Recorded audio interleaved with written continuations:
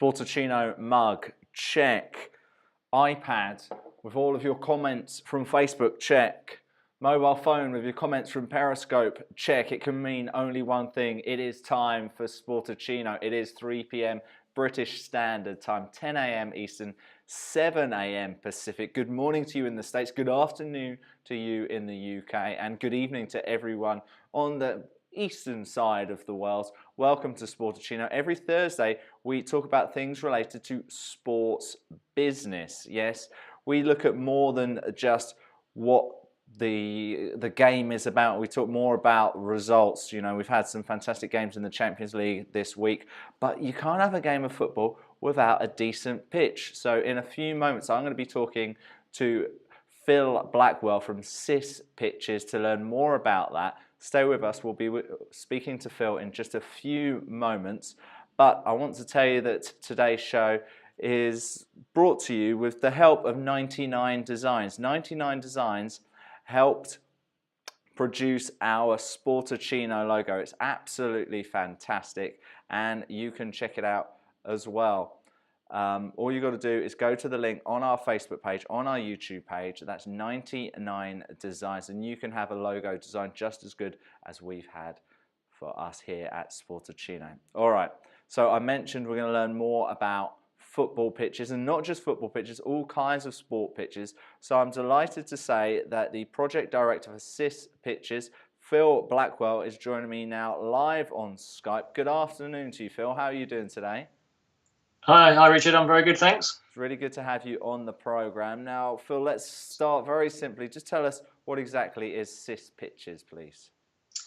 So CIS Pitches is a unique global pitch specialist. At CIS Pitches, we design, construct, manufacture, and maintain natural, synthetic, and hybrid sports pitches. Okay, so how did this company start doing this to begin with? So SO started about 17 years ago. In Europe, we were very well known for our natural turf returfing capability within stadiums around Europe and in the UK. We then sort of ventured into the synthetic turf market, for which now for more than 10 years we have been manufacturing and producing synthetic turf products in our factory in the UK. We have offices located the world, and more recently we have launched our hybrid turf system, which is known as CISgrass, which is a 95% natural turf system with 5% synthetic fibre content reinforcement in the pitch. Why 5%, Phil? This is the optimum level of synthetic fibre reinforcement for the hybrid surface that we've introduced. This is for several years now, and our system basically takes what's already been achieved and sort of makes it what we believe a much better system. Now, you say 5%. I mentioned to you just before we went on the air that I went and did the tour of the Allianz Arena in Munich, and Pep Guardiola was in charge when I went and did the tour, and Guardiola was really involved in what the pitch was like. He went for 2.5% rather than 5%. Do some of the managers like that get involved in these discussions when you come and provide your product? Yeah, it's not uncommon at all for managers to get involved in what pitch surface they prefer or they want on their stadium pitch. Many managers, go around from club to club as Guardiola has, and he's used to a certain type of surface. And when he went into Germany, he wanted a surface that he was potentially familiar with, and that's why he maybe suggested what he wanted, what he wanted there. So who are some of the clients that you work with? So we've got several clients. In the UK, we work with Chelsea FC a lot, Derby County, Hull City FC, and we also installed our first CISgrass pitch at Bournemouth Football Club last year. And then further afield, we have clients in Russia, Spartak Moscow. There's a recent installation, Besiktas in Turkey, the Maltese FA, we've done their national stadium. And in the past, we've worked with the likes of Real Madrid and Barcelona as well. And it's not just football you do, is it? It's not, no. We do lots of hockey and rugby as well, mostly in the UK. We've constructed pitches for Saracens, which was the first 3G rugby pitch in the Aviva Premiership, and that was followed closely with Newcastle Falcons also. Fantastic. All right, we're going to learn a little bit more about SIS pitches in just a moment, but I want to tell people where they can buy the fantastic Sportuccino mug. All you got to do is go to sportuccino.com/merchandise, and you can see exactly what else we've got on offer there.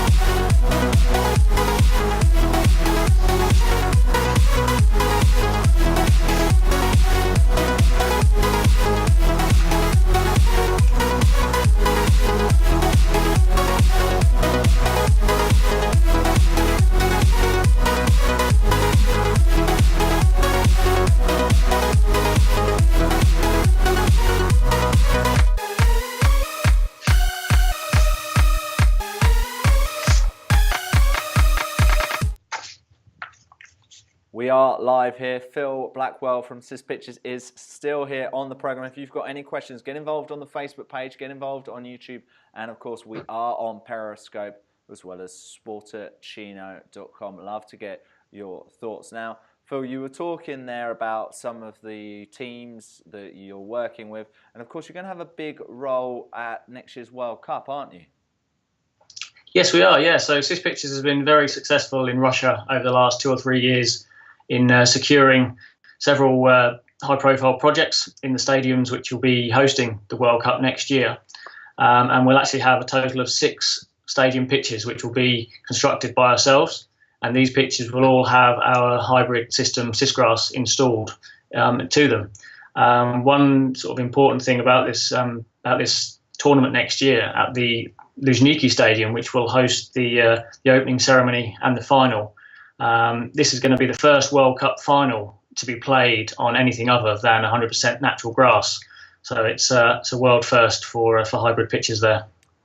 Just quickly, Phil, I'm throwing this at you. I don't know if you know the answer. Is there a specific rule these days on the percentages that are allowed to be used at an international and say a Premier League level? I'm not sure on the exact if there is any sort of specific rules on that, but I don't believe there is. There's obviously a clear split between synthetic and natural, and hybrid sits sort of in the middle at the top of the game. Yeah, because of course Arsenal played a non-league team earlier this season in the FA Cup, which was purely on a 3G pitch. Now there were lots of complaints in the 2015 Women's World Cup about them playing on an artificial surface. In fact, I believe the American team were going to put a lawsuit against FIFA, and that all got quashed and that all got cleared up. What did you make of all that story at the time, Phil? Well, I mean, I think this was the sort of one of the first major tournaments to be played on synthetic pitches, and I think you're always going to get some negativity and complaints from some players or teams. I think on a positive, I mean, the quality of artificial pitches is getting better year on year. And as more and more of our younger players are brought up on synthetic pitches going forwards, our next generation of professional players will be more used to synthetic pitches, and so it will become the norm and it will eventually be accepted. But you know, when things are new into new tournaments like it was at the Women's World Cup, I think it was inevitable that some people weren't going to be overly happy. People don't like change, do they, Phil? That's right. Well, it's interesting because when I was living out in Doha, Qatar, they had a 4G pitch at the Aspire surface, and I've got to say it was absolute pleasure to play football on. The ball really zipped when you passed. The only problem was if there was a long kick and it bounced before the defender, you were in a lot of trouble. Well, for me anyway, as a defender. For the strikers, they loved it. Anyway, we're talking about these synthetic pitches and 3G pitches and everything. What are the benefits not only to the players but also to a club as a whole? So 3G pitches have sort of many benefits, but for clubs, especially sort of lower league clubs, small clubs, schools as well, the benefits are huge. The amount of usage these synthetic pitches can handle is so much more than what you can get out of a natural pitch. So synthetic pitches can be used for 50, 60, or even 70 more hours per week. On a natural pitch, you'll be lucky to get sort of 5 or 6 hours a week. The other thing is maintenance costs on a synthetic pitch are less than a natural pitch, but it is still a very important part of having synthetic pitches. Maintenance, it can't be underestimated, and it is very crucial in the interest of longevity of the surface. The top 3G pitches around they're tested to FIFA and World Rugby standards, so players can go to these pitches comfortable with the knowledge that they're playing on a decent surface. The other benefits of 3G are the fact that they're consistent and they maintain their consistency throughout a game, throughout the year. No matter how much you play on them, as long as they're maintained and kept to a decent standard, then these pitches will perform day in, day out. I saw on one of the videos, one of the clips we've been playing while you've been speaking, you did a resurface at St George's Park. You've been working with the English FA. How regularly should teams be doing a returfing? Is that the right even term? So if you're talking 3G pitches or natural pitches? I'm talking 3G, but also the synthetic ones. Your 95% with your 5%. So part of regular maintenance of a hybrid surface involves what we call an annual renovation, which involves the complete removal of all the natural vegetation on that pitch. This is an essential part of the process of having a hybrid pitch, to ensure that it performs consistently year on year. And what about you, Phil? How did you first get involved with CIS pitches? So I started with CIS pitches in 2004. Before that, I had 6 years as a groundsman at my local team, Ipswich Town Football Club. So I came in from a natural turf background into a CIS pitches, where I continue to work with natural turf, but have also now gained extensive knowledge and experiences around Europe and in the UK, working on synthetic, and more recently now sort of heading up CIS grass in the UK in our hybrid section. What have you made of Ipswich this season, Phil? It's not been great, has it? Nothing to shout home about, let's put it that way. Yeah, as a Brighton and Hove Albion fan, I've really enjoyed the Championship this season, even if you haven't. Be looking forward even more to the Premier League next season as well. Well, Phil, it's been really good to talk to you today on Sportuccino. Really good to learn about CIS pitches. Just before we go, why don't you tell us where we can find out more about you guys online, and also any of your social media channels, please? Okay, so yeah, we can be found on at cispitches.com, and at Facebook we can be found as CIS pitches, and on Twitter we are at CIS pitches. Yeah, I wouldn't want to say CIS pitches 3 times fast very quickly. You did well there, mate. You did well. Well, thank you so much for being on the programme today. Really appreciate your time. Phil Blackwell, the Project Director of CIS pitches. Thank you for being on Sportuccino. Thank you. Really good to learn from Phil about CIS pitches on the programme. We'll have to see how those pitches hold up. I'm saying pitches a lot. When the World Cup takes place, I believe they're doing the World Cup final stadium. That should be a very incredible occasion and an amazing event. So really good to learn about them. And every single Thursday we have been learning about sports business.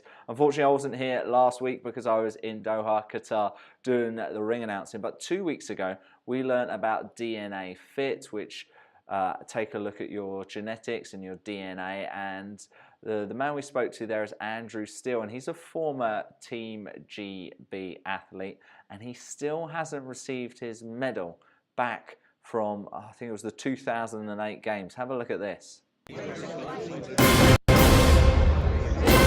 Previously on Sportuccino. We finished 4th as part of the 4x400 meter relay in Beijing 2008, behind a Russian team that finished 3rd.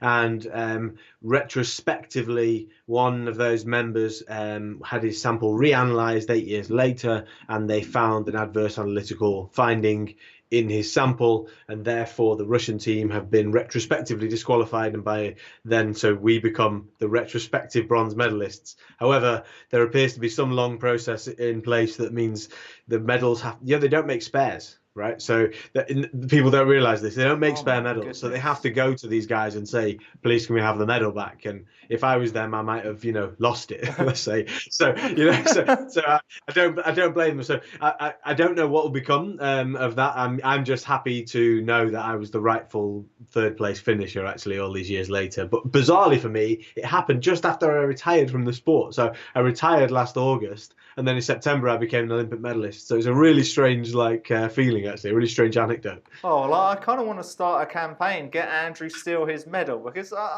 think that's a joke. Why can't they produce another one? I'm sure they can find like the molds or something like that again from somewhere. And you know what? You know what? Also, I think they should at the next Olympics almost have a little section where everyone who is now given, or well, not given, but earned their medal now, they should have a little ceremony so you have that experience of getting given your medal in front of a sporting crowd. Because I spent I don't mind people ask me about, oh, what about the money you could have made from sponsorship or this and this, and actually really the only thing that bothers me is that I didn't get to experience that feeling of satisfaction of standing on a podium at the Olympic Games. And actually it turns out I was the rightful sort of position there to have done so, but I was robbed of that. That's the thing that bothers me, not like what I missed out on from the trappings of a medal or success, and that is a shame.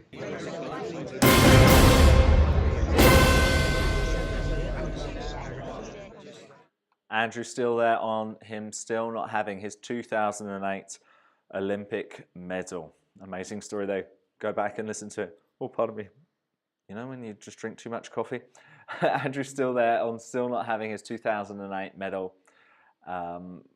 Speaking on Sportuccino 2 weeks ago. The full episode is at sportuccino.com. Go and check it out. And that whole platform has got lots of information there for you. We've got all of our previous episodes of our wrestling shows, of our football shows, of our health and fitness programs, of our sports business programs, 30-minute shows. Go and check them out on sportuccino.com. And you may be listening to this as a podcast on iTunes. If you have been, please give us a rating and review. That really helps us. And if you just click that subscribe button to make sure you get some daily sports news goodness. And of course, every single Wednesday, I bring out the best in the world with Richard Parr podcast, where I speak to Olympic gold medalists to find out what they do differently from you and me, unless you're an Olympic gold medalist. If so, hello. From what they do from me and you in becoming the very best in their sport. That's really useful if you're in your own athletic endeavors, or even if you're starting your own business or just your everyday life. There is something we can learn from Olympic gold medalists on the program. Go and check it out. All right, on Friday's Sportuccino, it is our big sports preview. We're going to look ahead to all of the big football action happening this weekend. We'll also reflect on the Champions League and the Europa League. And I'm delighted to say that on the program, I will have the sports journalist live from Ghana, Gary Al Smith. Delighted to be speaking to Gary once again on the program. You do not want to miss it. If you don't know the times, it is 3 p.m. British Standard Time, 10 a.m. Eastern, 7 a.m. Pacific, 2 p.m. GMT if you're in Accra and you want to see Gary Al Smith. Do not miss it. I've been Rich Parr. You've been watching Sportuccino. Watch us tomorrow. YouTube, Periscope, Facebook, sportuccino.com. Listen to us on iTunes. Until then, I hope you have a wonderful evening.